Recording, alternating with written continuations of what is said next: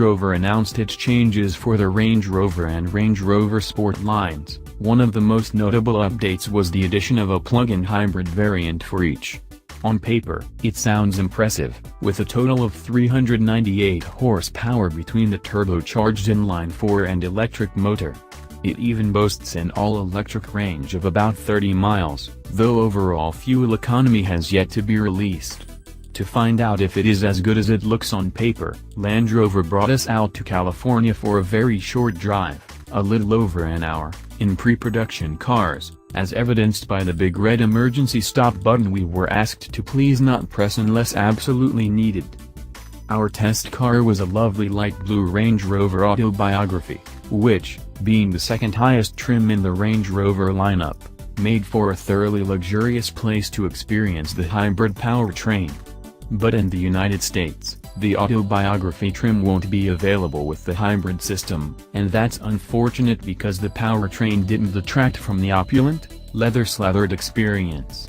The turbocharged four-cylinder may not have the rippling soundtrack of the Autobiography's standard V8, but as four pots are concerned, this one is impressively smooth and quiet, and even when it becomes noisier under hard acceleration, the engine note isn't unpleasant.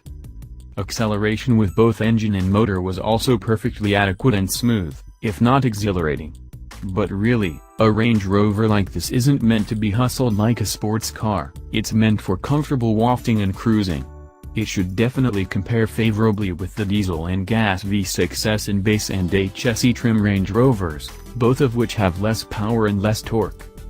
It's quite a trick, too, since when this massive SUV is running solely on the 114 horsepower electric motor, acceleration is painfully slow in normal traffic.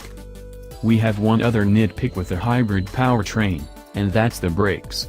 Land Rover needs to do some more work on getting the feel right. Much of the pedal travel is mushy and numb as the regenerative braking does its stuff, and when pushed enough that the physical brakes activate, they grab harder than expected, making smooth stops tricky.